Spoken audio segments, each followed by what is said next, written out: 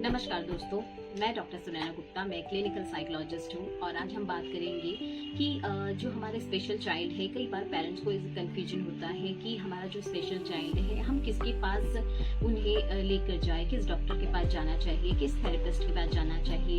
तो देखिए, जैसी बच्चे की डिफिकल्टी है आपको उसी सेक्टर में जाके आपको हेल्प लेनी है, उसी डॉक्टर के पास में जाके आपको हेल्प लेनी है। अगर बच्चा को बिहेवियरल इश्यूज है, साइकोलॉजिकल इश्यूज है और तो आप क्लिनिकल साइकोलॉजिस्ट के पास जाके विजिट कर सकते हैं। अगर स्पीच डिले है, स्पीच में कोई डिफिकल्टी आ रही है, बच्चा बहुत दिनों से बोल नहीं पा रहा है, उसका एज हो गया पर वो अपने एज के बराबर बच्चों के हिसाब से बोल नहीं पाता है, तो आपको स्पीच थेरेपिस्ट के पास जाना चाहिए।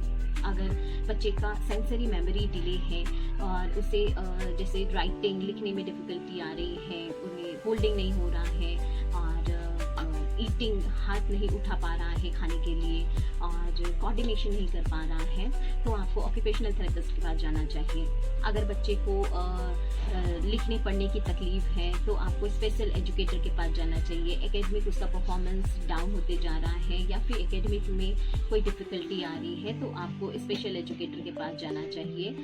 अगर बच्चे का मोटर डेवलपमेंटल डिले है, डेवलपमेंटल इश्यूज आ रहा है, बच्चा उठ नहीं पा रहा है, चल फिर नहीं पा रहा है और अंडरस्टैंड नहीं कर पा रहा है, तो आपको डेवलपमेंटल पीडियाट्रिशियन होते हैं उनके पास जाने की ज़रूरत है। तो सबसे पहले समझना ज़रूरी है कि बच्चे की डिफिकल्टी क्या है, उसके अकॉर्डिंग डॉक्टर चूज़ करना बहुत ज़रूरी है। अब बच्चे की प्रॉब्लम को समझिए, उसके हिसाब से आप थेरेपिस्ट को चूज़ कर सकते हैं। और हाँ, आप अगर थेरेपिस्ट के पास में जा रहे हैं तो कंसिस्टेंसी रखना बहुत ज़रूरी है। समटाइम्स ऐसा होता है कि आप एक बार विजिट किए, अगर आपको इम्प्रूवमेंट नहीं लगता है और आप फिर उस ट्रीटमेंट को छोड़ देते हैं या स्टॉप कर देते हैं। देखिए, एक दिन में कोई भी प्रॉब्लम सॉल्व नहीं होती है, एक दिन में बच्चा सीख नहीं जाएगा। It's taking a time, so you have to give time to your child and yourself as well.